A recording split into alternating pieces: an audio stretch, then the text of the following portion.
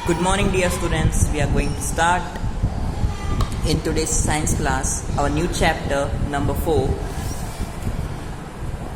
See, what's the name of the chapter?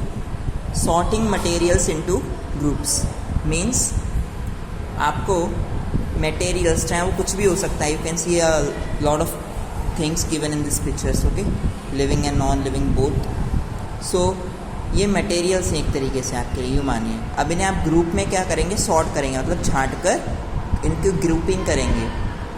मान लीजिए आपके रेड कलर एक कमरा है जिसमें आपके रेड कलर के क्रेयॉन पड़े हैं, कुछ टॉयज़ पड़े हैं, इसी तरीके से कहीं चेयर पड़ी है, कहीं बॉल पड़ी है, ओके, कहीं कप पड़ा है, कहीं बुक पड़ी है। तो आप अगर अपने मम्मी पापा की डांट नहीं खाना चाहते हैं तो आप उस कमरे में से क्या करेंगे, आप उन्हें बुक को अपनी बुक शेल्फ या बैग या जिसमें भी आप रखते हैं वहाँ पहुँचाएंगे। क्रेयॉन्स को क्रेयॉन बॉक्स में रखेंगे, मतलब कलर बॉक्स में आपका जैसा भी होगा।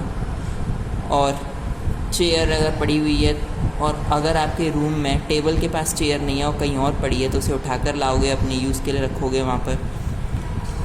बॉल्स पड़ी हुई हैं ज़मीन पर तो उसे उठाकर अपने किसी ऐसे जगह रखोगे जहाँ पर उसको रखते आए हो। पेंसिल्स पड़ी हुई हैं या फिर आपके टॉयज़ पड़े हैं तो उन्हें अपनी कबर्ड में सेट करोगे या टॉय बॉक्स में रख दोगे। कप्स पड़े हुए हैं आपके कमरे में, खाने की चीज़ें पड़ी हैं तो वो जो यूज़ हो चुकी हैं उन्हें तो हम डस्टबिन में डाल के आएंगे, जैसे रैपर वगैरह। और बचा हुआ जो आपने खा लिया है फिर भी इसमें थोड़ा बहुत बचा है तो उसे आप क्या करेंगे, किसी एनिमल को डाल देंगे या फिर आप उसे किसी पॉलीथिन में पैक कर देंगे और डस्टबिन में थ्रो कर देंगे। तो ऐसी कई सारी चीज़ें हम करते हैं पूरे दिन भर में, ओके। तो इसे ही बोलते हैं सॉर्टिंग मटेरियल्स इनटू ग्रुप्स, या एक तरीके से sorting materials and keeping them at their place, उन्हें वापस उनकी जगह पर रखना, छांट कर सॉर्टिंग करके। तो आज चैप्टर हमारा बस सॉर्टिंग है। लास्ट चैप्टर में हमने फाइबर की सॉर्टिंग करी थी, उसमें इतने लॉन्ग स्टेप्स थे। अब ये सॉर्टिंग मटेरियल्स और भी तो हैं दुनिया में, उनकी भी बता रहा है। So let's read this chapter.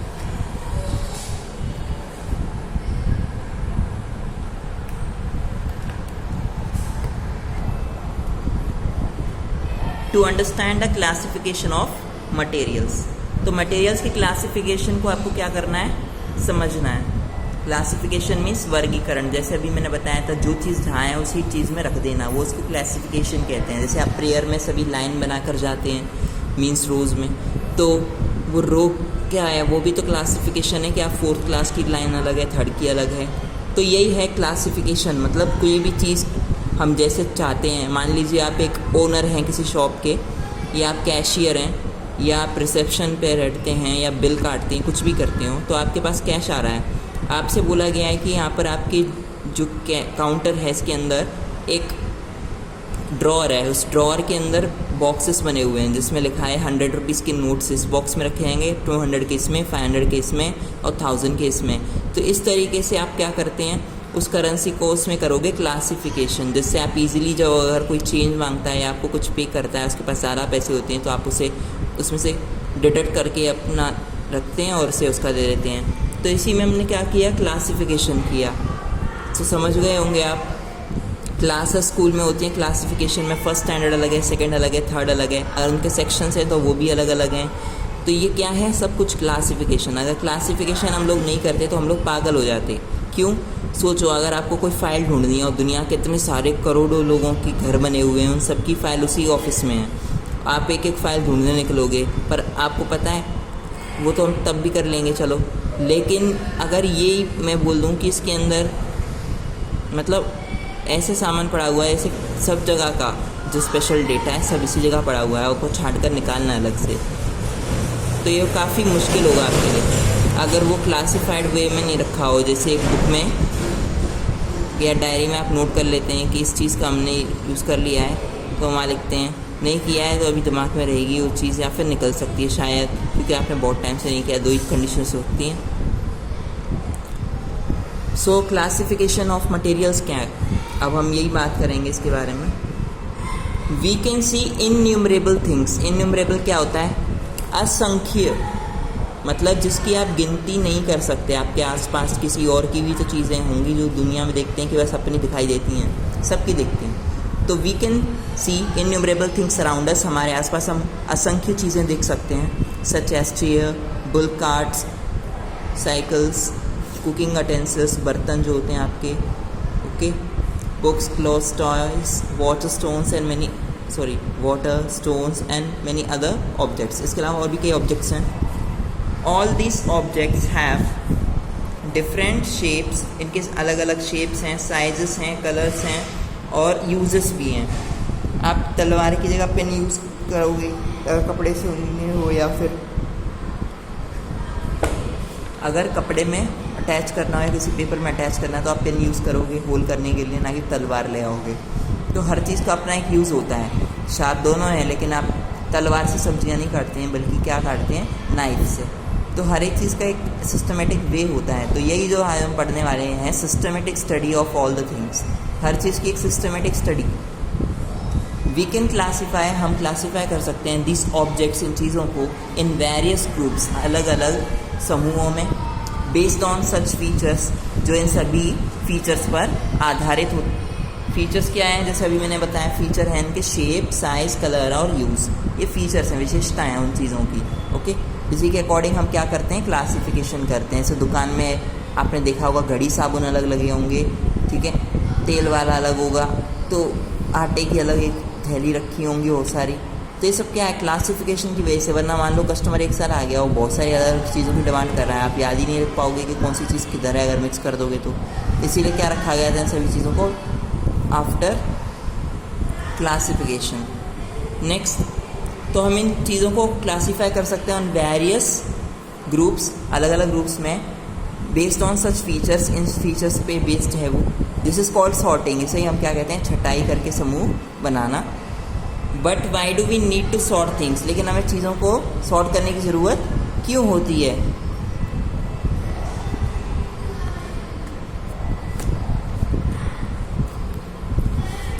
Groups में मोस्ट ऑफ द टाइम, ज़्यादातर समय वी ग्रुप थिंग्स, हम ज़्यादातर चीज़ों को क्या करते हैं, ग्रुप करते हैं। मतलब उसे किसी ना किसी चीज़ में रखते हैं, हमें पता होता है ये इसकी जगह यहाँ है। अगर आप समझदार हैं और उसको फ्यूचर में दोबारा यूज़ करना चाहते हैं तो इसे सही जगह रखोगे, क्योंकि आपको पता होगा कि लंबे टाइम तक यूज़ में नहीं आएगी, तो चीज़ ख़राब हो सकती है, चोरी हो सकती है, कुछ भी हो सकता है। तो आप उसे क्या करते हो, एक स्पेशल जगह उसको पहुँचा देते हो।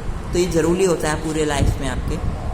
तो we group things as per our own convenience, हम अपनी खुद की सुविधा के अनुसार चीज़ों को रखते हैं। सॉर्टिंग मेक्स आवर लाइफ, जो सॉर्टिंग है वो हमारी लाइफ को कर देती है मोर ऑर्गेनाइज्ड, यानी कि ज़्यादा व्यवस्थित बना देती है, एंड ऑर्डरली, इसके अलावा से क्रम से चलाती भी है। प्लेसिंग और सॉर्टिंग सिमिलर थिंग्स, रखना या छांटना एक जैसी चीज़ों को, ये हम कहते हैं ग्रुपिंग, यानी समूहीकरण। Next, grouping makes it easier, grouping क्या करता है, आपके लिए आसान बना देता है for us to find things, चीज़ों को ढूंढना, व्हेन वी नीड देम, जब हमें उनकी ज़रूरत होती है। A good example of grouping can be seen in A super market, तो हम सुपर मार्केट में हम क्या कर सकते हैं, एक बड़ा सा एग्जाम्पल दे सकते हैं। नेक्स्ट, इन ए सुपर मार्केट, एक सुपर मार्केट में क्या होता है, अगर आप शॉपिंग मॉल गए हो तो वहाँ सब चीज़ों की एक अलग शॉप होती है, चीज़ें अलग अलग जगह रखी होती हैं, जैसा कि मैंने बता भी दिया आपको। हमें कैसे याद रहेगा कि कौन सी चीज़ कहाँ है, तो उसके लिए हम क्या यूज़ करते हैं, पहले ग्रुपिंग है ना करते हैं, उनके लिए उनकी ग्रुपिंग सोचते हैं किस ग्रुप में रखा जाए, फिर उनका क्लासिफिकेशन किया जाता है उठा कर। सो सुपर मार्केट में क्या है, there are separate portions for items of various types, अलग अलग चीज़ों के आइटम्स के लिए उनके पास अलग अलग दुकानें मौजूद हैं। यू विल फाइंड, आपको पता चलेगा या आप देखोगे कि food items kept in one portion, अगर एक हिस्से में कोई फूड आइटम रखा हुआ हो। Toiletries kept in another portion, वहीं पर कुछ हिस्सों में टॉयलेटरीज रखी हुई हैं। एंड स्टेशनरी, और इसके अलावा पढ़ने लिखने का सामान एक सेपरेट पोर्शन में। नेक्स्ट, तो इसमें बताया गया है arranging things in various groups, अलग अलग समूहों में चीज़ों को छांट के रखना। मेक्स इट ईजियर, इसे हमारे लिए आसान बना देता है। To find items of different types, जिससे हम आसानी से दूसरे तरीके का to find items on different types, तो हम दूसरे प्रकार की चीज़ों को जल्दी से ढूंढ सकें। तो मेन यही है कि सॉर्टिंग, क्लासिफिकेशन, ग्रुपिंग, कुछ भी कह लीजिए, छांट कर एक ग्रुप में रखा जाता है, इसी को क्लासिफिकेशन कहते हैं। क्लासिफिकेशन की इम्पोर्टेंस क्या है, क्यों चाहिए हमें? एक्चुअली क्लासिफिकेशन का महत्व यानी वर्गीकरण का महत्व ये है कि the method of grouping objects on the basis of certain similarities and dissimilarities is called classification. Next, तो कुछ निश्चित प्रकार की समानता, सिमिलैरिटीज एंड असमानता, डिससिमिलैरिटीज, इन दोनों ही बातों को अगर हम देखें तो इनके आधार पर ग्रुपिंग, चीज़ों जो ऑब्जेक्ट्स हैं उनकी ग्रुपिंग का एक मेथड भी ये भी है क्लासिफिकेशन यानी कि वर्गीकरण। Next, the things in your house are the most common example. आपकी घर में पाई जाने वाली चीज़ें इसकी सबसे अच्छे उदाहरण है। यू क्लासीफाई और ग्रुप देम वेल, आप उन्हें अच्छे से क्लासीफाई करते हैं या फिर ग्रुप करते हैं। वाइल अरेंजिंग देम, उन्हें अरेंज करते समय। You keep the utensils in the kitchen, आप किचन में रखते हैं बर्तनों को। And books in the study room, ठीक है, अध्ययन कक्ष में आप अपनी किताबें रखते हैं। And the bed in the bedrooms, और आपके शयन कक्ष में आप पलंग रखते हैं। So you would be very irritated, अगर आप बहुत ही ज़्यादा मतलब चिड़चिड़े महसूस हो करोगे या फिर होने कर जाओगे। इफ़ अगर you find your shoes on the dining table, अगर आप डिनर खा रहे हो, मान लो कोई आके इस पर जूता रख देता है आसपास, तो आपको कैसा खाने का मन होगा? नहीं, पता नहीं वो कहाँ से चल के आए नहीं जूतों से वहाँ पे टेबल पे रख रहा है, कितनी गंदगी फैलेगी वगैरह वगैरह। Next, and utensils in the drawing room, और वहीं पे बर्तन आपके ड्राइंग रूम या जहाँ गेस्ट आते हैं वहाँ रख दिए जाएँ, तो कैसा लगेगा? आप इरिटेट हो जाओगे, मीन्स आपका दिमाग जो है काम नहीं करेगा, एक तरह से खींच जाते हैं हम लोग उसमें। Okay, next, classification also enables us to make a systematic study of anything. वर्गीकरण से हम किसी भी चीज़ का व्यवस्थित अध्ययन भी कर पाने में योग्य बन जाते हैं। फॉर एग्जाम्पल, उदाहरण के लिए, if you observe the way, अगर आप उस विधि पे ध्यान दें, थिंग्स हैव बीन स्टॉक्ड, जिसमें वो चीज़ें क्या करी गई हैं, रखी गई हैं, इन योर किचन, आपके किचन में, you will find that various items are classified. तो आपको पता चलेगा कि इनमें से कई सारी चीज़ें क्लासीफाइड की गई हैं यानी वर्गीकृत की गई हैं। जैसे मसाले एक तरफ, चीनी का डब्बा अलग है और नमक अलग है, घी अलग है, तेल अलग है, सब्जियों को अलग रखा गया, वहीं पर मसाले अलग हैं। इस तरीके से हम चेक करते रहते हैं। Next, certain items are classified as spices and stock together, जैसा कि मैंने बताया पहले भी कि कुछ निश्चित प्रकार के आइटम्स होते हैं, सामान होता है ना, इस तरह से क्लासीफाई करते हैं यानी वर्गीकृत करते हैं। जैसे स्पाइसेस, मसाला होता है, एंड स्टॉक टुगेदर, और उन्हें सबको इकट्ठा ला के रख दिया जाता है। Next,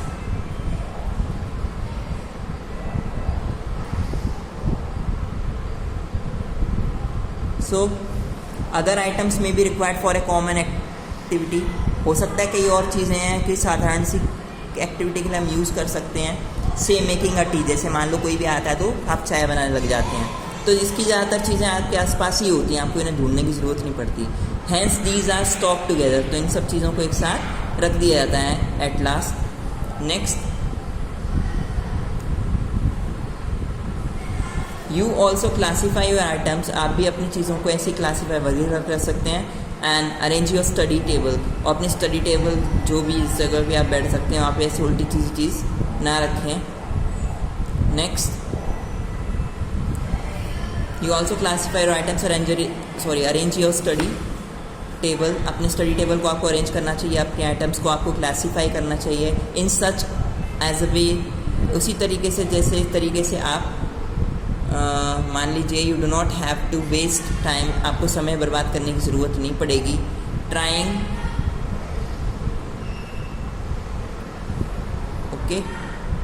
trying to locate a given item, तो बोला है आपको इस तरीके से, मतलब ये इसमें बताया है, you do not have to waste time, आपको समय बर्बाद करने की ज़रूरत नहीं है। Trying to locate a given item, ताकि आप किसी चीज़ की चीज़ को ढूंढने लग जाएं।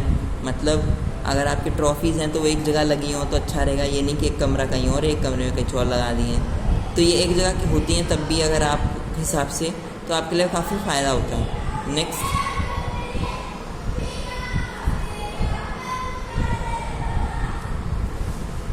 प्रॉपर्टीज़ ऑफ मटेरियल्स क्या हैं? जितने भी पदार्थ होते हैं उनके कुछ गुणधर्म या विशेषताएं ज़रूर होती हैं।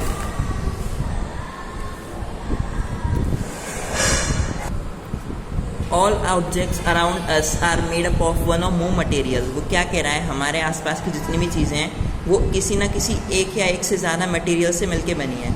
ईंट है आपकी, क्या सिर्फ ईंट ऐसे पे ही बन गई? नहीं, उसके अंदर भी रेत चाहिए होगा, उसको हीट दी गई होगी, उसको शेप दिया गया होगा, बॉक्सेस चाहिए होंगे इस तरीके के जिससे वो बन सके, उस तरह का शेप ले सके। ओके, तो मतलब उसमें भी आपका है काफ़ी सारे स्टेप्स होते हैं हर चीज़ के पीछे। ऐसा नहीं कि कोई भी चीज़ ऐसी ऑटोमेटिक हो जाती है, उसके पीछे कई चीज़ें कारण होते हैं, कई स्टेप्स होते हैं।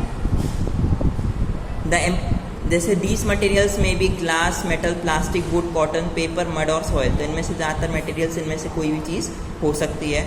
तो the importance of a material depend upon its utility. तो हम कह सकते हैं किसी भी मटेरियल का इम्पोर्टेंस उसकी किस चीज़ पर आधारित है, वो है डिपेंड्स अपॉन इट्स यूटिलिटी, उसका हम यूज़ कैसे करते हैं। विच इन टर्न, जो इसके बदले में क्या करता है, डिपेंड्स अपॉन इट्स प्रॉपर्टीज़, अपने गुणधर्मों पर,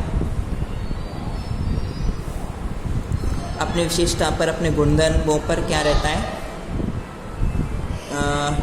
जब हम चीज़ों को यूज़ करते हैं तो उसके बदले में वो चीज़ें अपनी विशेषताएं, प्रॉपर्टीज़ हैं, इस पर डिपेंड करती है और ऐसा ही रिजल्ट देती है। For example, we can't make tools but of rubber, sorry out of rubber.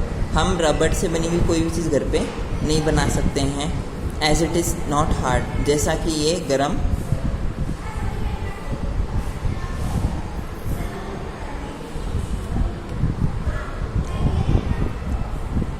So students, तो हम टूल्स नहीं बना सकते रबर से, and it is not hard, वो हार्ड नहीं होती है, कठोर नहीं होती है। जैसे कि आसानी से आप देख सकते हैं कि इसे अगर हम गर्म करेंगे तो क्या होगा, उसका वो जलेगी थोड़ा थोड़ा करके, धीमे धीमे उसका फिर प्लास्टिक जैसा हिस्सा निकलता जाएगा, जलाते टाइम से प्लास्टिक का निकलता है। सो मतलब वो बेकार चीज़ें हैं, हमें ऐसा नहीं करना है, हमें काम की चीज़ों को सोचना है। कहने का मतलब यही है। Next,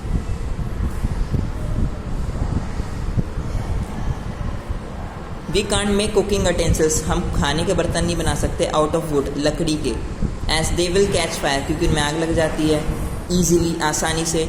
so let us study some important properties of different materials. तो चलिए कुछ अलग अलग मटेरियल्स के हम क्या करते हैं, प्रॉपर्टीज़ को स्टडी करते हैं। लाइकवाइज, ये प्रॉपर्टी नंबर 1 ट्रांसपेरेंसी, नंबर 2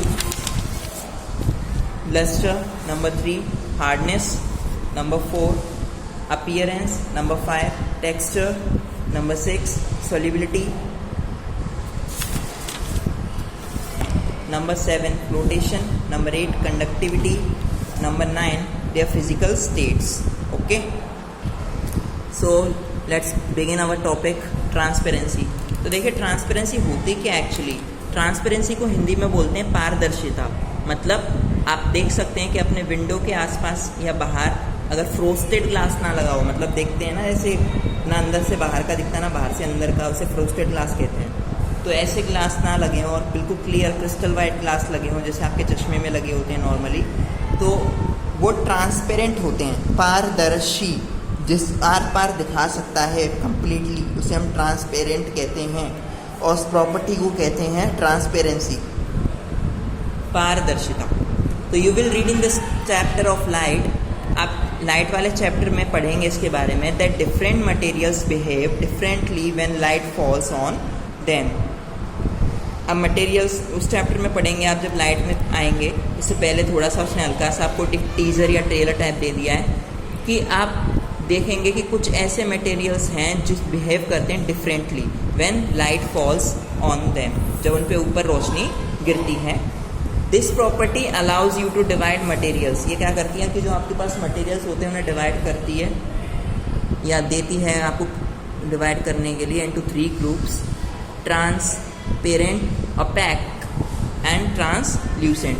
क्या लिखा है, transparent, opaque, translucent. If almost all the light can pass through an object it is called transparency. वो क्या कह रहा है, अगर लगभग सारी की सारी लाइट किसी एक ऑब्जेक्ट्स में से होकर गुजर जाती है, यानी पास हो जाती है, जैसे शीशा लगाई हूँ, मान लीजिए मेरा हाथ है, शीशा है और इसके बीच में थोड़ा कुछ स्पेस दिख रहा है, तो यहाँ आप देख सकते हैं कि इसमें से कुछ लेटर्स आपको दिख रहे होंगे, तो टोटली आप देख पा रहे हैं ना उस वर्ड्स को, तो ये ट्रांसपेरेंट है। मतलब एक तरीके से आप मान लो इसे कांच को मान लो, यहाँ मेरे हाथों के बीच नहीं है बल्कि ये दो कोई डंडे हैं जिनके बीच में कांच लगा हुआ है, तो इन कांच में से आप देख सकते हैं ना क्लियरली। तो यही वो चीज़ है, इसमें से रोशनी आर पार हो पा रही है, जैसा कि आप मोबाइल के कैमरे से देख पा रहे हैं कि बाहर एक रोशनी आपको देखिए थोड़ी हल्की हल्की आपको ब्लिंक थोड़ी हो रहा है कैमरे का, देखिए इस समय कैसा हो रहा है हाल। तो लाइट आने की वजह से ही वो देख पाता है, अगर लाइट नहीं होगा तो आपको कुछ नहीं दिखेगा। एक्चुअली वो बिल्कुल भी क्या हो जाएगा, लाइट आएगी तभी दिखता है। देखिए अब आप देख सकते हैं कि इसमें बीच बीच में आपको लाइट दिख रही होगी। तो एक एक्सपेरिमेंट मैंने आपको करके दिखा दिया। तो अगर कांच है उसके अंदर से कोई चीज़ दिख रही है या ऐसी चीज़ है जो आर पार देखने में मदद करती है पूरी तरह से, या जिसके अंदर से लाइट पूरी तरह से निकल जाती है, वो एक ऐसा मटेरियल होता है ट्रांसपेरेंट। ओके, तो और उस क्वालिटी को हम ट्रांसपेरेंसी कहते हैं। ठीक है, पारदर्शिता। We can see through a transparent material, हम ट्रांसपेरेंट मटेरियल के अंदर से देख सकते हैं क्योंकि वो हमें आर पार दिखाता है। सच इज एयर, जैसे हवा, water and A clear glass, और एक बिल्कुल साफ कांच। जैसे गाड़ी के शीशे होते हैं, अगर उनके ऊपर पेंट ना लगाओ या ब्लैक विंडो ना लगवा लें आप, कलर से बाहर से स्ट्रिप ना लगवा लें कोई, तो बिल्कुल वो क्या होता है, clear glass like water. If no light can pass through an object, अगर किसी ऑब्जेक्ट में से पास थ्रू मतलब होकर कोई भी लाइट नहीं गुजरती है, नो लाइट, तो उसे हम बोलते हैं ओपैक, अपारदर्शी। क्या कहते हैं आप उसे, अपारदर्शी, ओपैक सब्सटेंस, जिसमें से लाइट बिल्कुल नहीं जाती है। ट्रांसपेरेंट वो जिसमें से पूरी लाइट चली जाती है। पता है, अब आप समझ गए होंगे ओपैक क्या है। So we can't see through an opaque material, तो हम मटेरियल में से देख नहीं सकते हैं जो एक ओपैक मटेरियल होता है, जो पारदर्शी नहीं होकर अपारदर्शी होता है, जिसमें से दिखता नहीं है। सच एज कार्डबोर्ड, जैसे आपकी टीवी और फ्रिज, वॉशिंग मशीन, कूलर वगैरह किसी न किसी बॉक्स में आते हैं, वो किसका बना होता है, कार्डबोर्ड। क्या उसके आर पार आप देख सकते हैं बिना छेद किए, बिना उसे ओपन किए? नो, क्योंकि वो एक ओपैक सब्सटेंसेस के अंदर लाइट पास नहीं होगी। अब नेक्स्ट, ऐसी मिल्क, स्टोन एंड मेटल, दूध के अंदर क्या गिरा हुआ आप नहीं जान पाओगे जब तक अगर दूध पानी जैसा ना हो जाए बिल्कुल, तो वो तो होता नहीं है वैसे ज़्यादातर। स्टोन आप देखते हैं, पत्थर है, पत्थर के अंदर की चीज़ आप देख सकते हैं कि पत्थर के अंदर किस चीज़, कोई चीज़ ऐसी है कि कोई हमारे काम आ जाए? नो। तो ये भी क्या है, ओपैक। मेटल्स होते हैं जैसे लोहा, सोना, क्या उनके अंदर देख सकते हैं आप बिना छेद किए या फिर वैसे, तो उसमें लाइट जब तक नहीं जाएगी आप नहीं देख सकते हो, वैसे उनमें लाइट आर पार होती नहीं है, इसलिए ये ओपैक सब्सटेंस यानी अपारदर्शी वस्तु होती हैं। Next, if light can pass through an object partially, अगर लाइट जो होता है किसी ऑब्जेक्ट के थ्रू पार्शियली पास होती है। पार्शियली का मतलब क्या होता है, देखिए मैं लिख देता हूँ। आपने कुछ कांच देखे होंगे, उसमें लिखा भी देख भी सकते हैं आप कि धुंधला धुंधला दिखाई देता है। ओके, उसे हम बोलते हैं पार्शियल विजिबिलिटी या फिर पार्शियल विजिबलनेस। तो पार्शियली मतलब होता है आंशिक रूप से, मतलब हल्का हल्का उसके अंदर से लाइट पास हो जाए, वो होती है पार्शियली। पर उसमें ये नहीं दिखता है कि सामने कौन खड़ा है, बस ये पता चलता है जैसे कोई चीज़ रखी है उसके आर पार दिखती तो है पर हल्की हल्की, तो उसे हम कहते हैं पार्शियली विजिबिलिटी, आधी अधूरा देख पाना। ऐसे सब्सटेंस को हम बोलते हैं ट्रांसल्यूसेंस। ट्रांसल्यूसेंस मैंने आपको क्या बताया था, अल्प पारदर्शी। अल्प मतलब कम और पारदर्शी आपको बताया जिसके आर पार हम देख सकते हैं।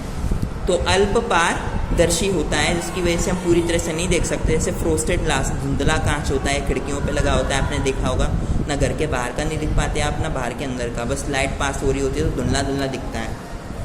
टर्बिड वाटर क्या होता है, देखिए कभी कभार क्या होता है कि नदी का है ना, पहले टर्बाइंस चलती थी, जो पानी आता रहता है तेज़ बहाव के साथ, उससे बिजली बनाई जाती है। पानी की लहर जितनी तेज़ होती जाती है तो उसमें एक वाटर का क्या चलता रहता है, एक व्हील लगा देते हैं किनारे पर, ठीक है, एक छोटी सी जैसे रूम सा बनाकर उसके बाहर व्हील लगा होता है। वो व्हील जो है बहते हुए पानी में जैसे लहर बह रही हैं, तो यहाँ एक व्हील लगा होगा, वो गोल गोल घूम रहा होगा उन लहरों की वजह से, क्योंकि लहरों से धकेलती रहती हैं और गोल होता है, तो इसकी वजह से वो क्या करता रहता है, सर्कल में ऐसे घूमते रहता है। और फिर वो पानी को क्या करता है, ऊपर ले आकर फिर नीचे छोड़ता है। तो इस तरीके से उसके अंदर चार्ज क्या हो जाता है, एक्टिव हो जाता है। उसके अंदर बैटरी स्टोर रहती हैं, वो सब बैटरी चार्ज होती जाती हैं। इस तरीके से जो इलेक्ट्रिकल डिपार्टमेंट है वो उससे बहते पानी से बिजली बना लेता है।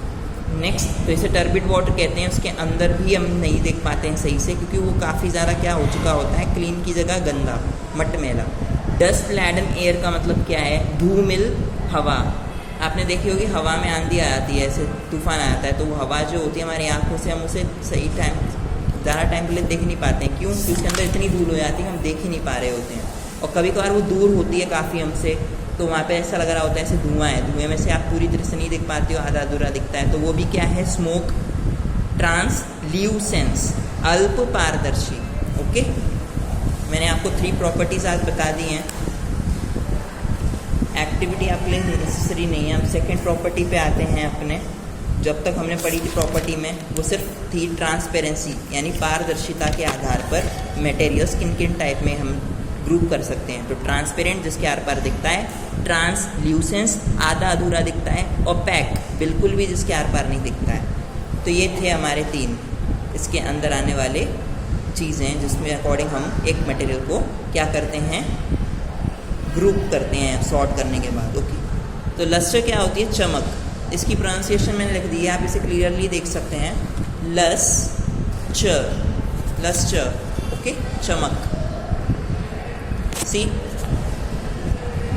आपने नोटिस किया होगा, you have notice that the surface of some materials is shiny. कुछ मटेरियल्स ऐसे होते हैं कि सरफेस चिकना, बाहरी हिस्सा जो होता है चमकदार होता है।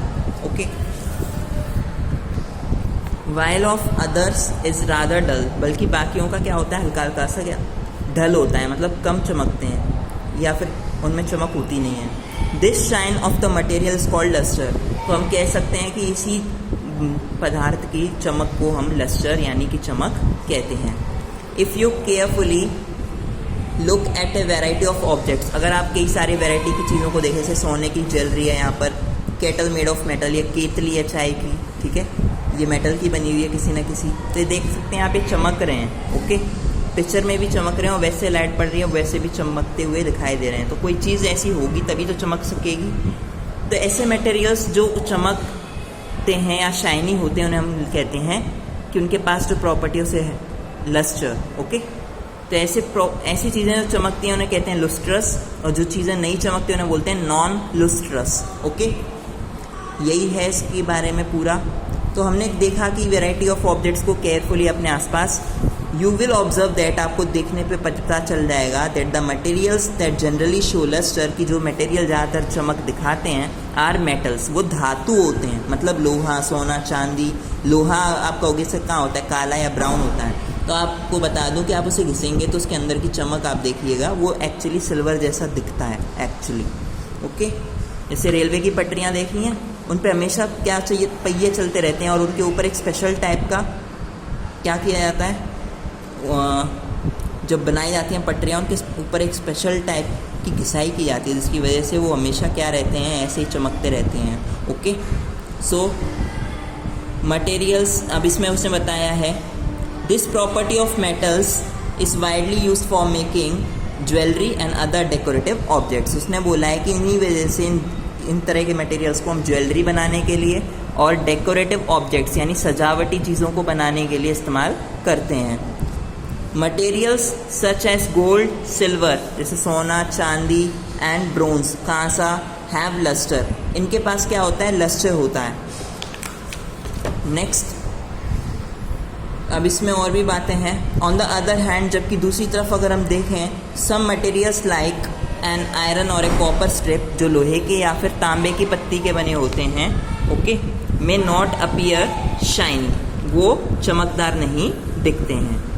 हाउएवर, हालांकि if these are rubbed with a sandpaper, अगर इन्हें हम एक सैंड पेपर से रब करते हैं तो क्या होता है, the top layer is removed, ऊपरी लेयर जो होती है वो हट जाती है, एंड द शाइनी सरफेस, और जो चमकदार हिस्सा होता है, सतह होती है उसकी सरफेस, कैन बी सीन, उसे हम देख सकते हैं। Some materials lose their lustre, कुछ मटेरियल्स ऐसे होते हैं जिनकी चमक निकल जाती है या ख़त्म हो जाती है ऑन एक्सपोजर टू एयर, हवा में जब हम उनसे खुला छोड़ देते हैं, एंड मॉइस्चर और नमी इस पर लगती रहती है पानी की वजह से या फिर हवा में मौजूद मॉलिक्यूल्स की वजह से.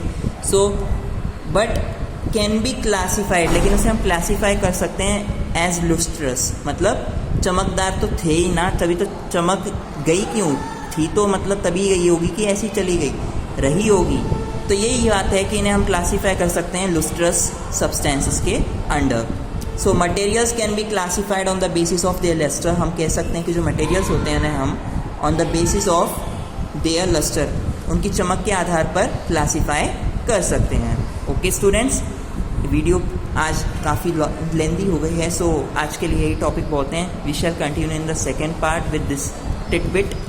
Thank you once again, and please read this chapter carefully and the previous chapters also, as well as learn the word meanings, question answers, and complete your notebook, okay, which is very necessary.